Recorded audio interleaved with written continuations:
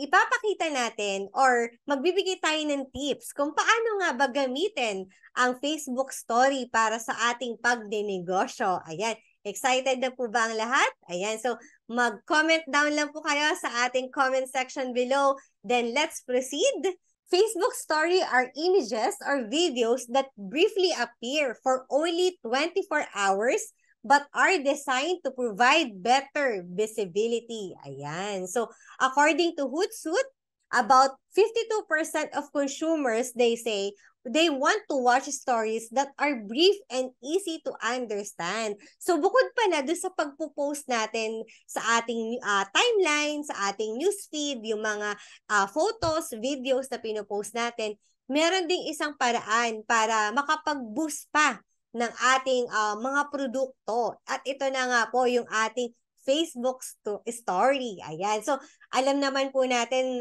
most of us, alam naman natin kung paano nga ba gumamit ng Facebook story. So, itong ipapakita namin ay tips or dagdag kaalaman kung na maaari nyong gamitin sa inyong mga pages, sa inyong mga business Facebook accounts. Ayan po, no? So, ayan, pinapakita po natin dito sa ating slide yung kay PC Bargain na naglagay po tayo ng Facebook story. Ayan. So, ayan. So, ang Facebook story size is 1080 by 1920 yung ating size. Then, ang length naman po ng video natin is for only 20 seconds. Ang image naman po ay 5 seconds. Then, ang video ads natin ay 15 seconds. Facebook shows the cards automatically.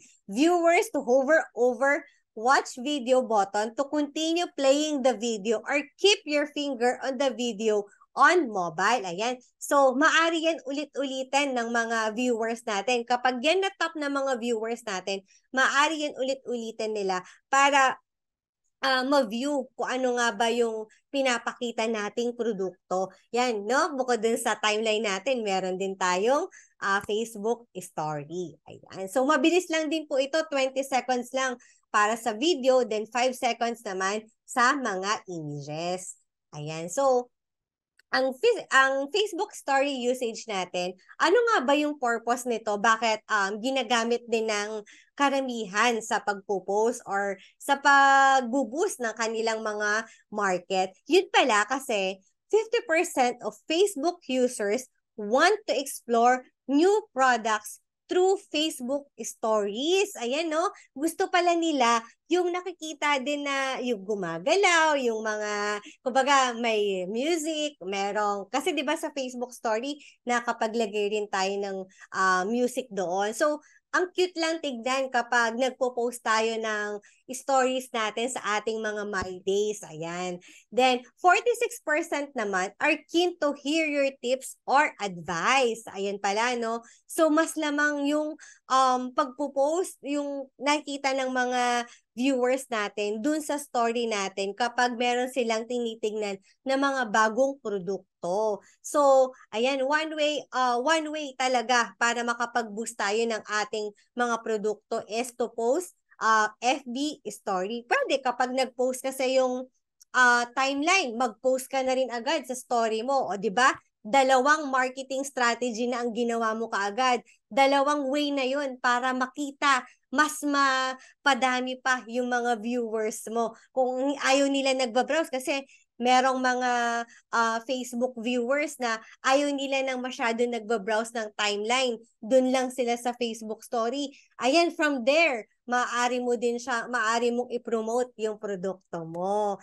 Ayan, so napakaraming paraan para madagdagan yung ating mga viewers. Ayan. So, paano nga ba gumawa ng Facebook story sa ating desktop? Ayan. From your account, makikita nyo dito yung create story. Then, you will select a photo or video from your camera roll or tap the camera icon to create a visual of your own. Ayan po yung kay desktop. So, pwede po natin ngayon i-try. Okay, let's try kung paano nga po mag-create gamit ang desktop. I will upload po dito sa ating stories. Then, create a photo story. Then, magkukuha lang po ako ng isang image na ipopost ko sa story ni Avidson B2B. Ayan po. Then, ayan.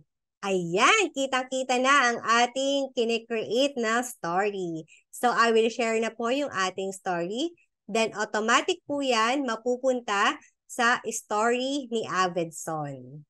Ayan, so refresh lang po natin. Ayan po, i-view po natin yung ating story na ginawa po, no? Yan. So, nakita po natin dito na na-post na kay Avidson B2B na account yung ating ginawang story. Yun po yung pag-create doon sa ating gamit po yung desktop. Ayan. So, how to make a Facebook story in mobile naman po. First, go to your FB app application, then click create story, then choose your media or your photo from your gallery. Pwede rin po dito ang video. Ayan. Then, add other media on your posting.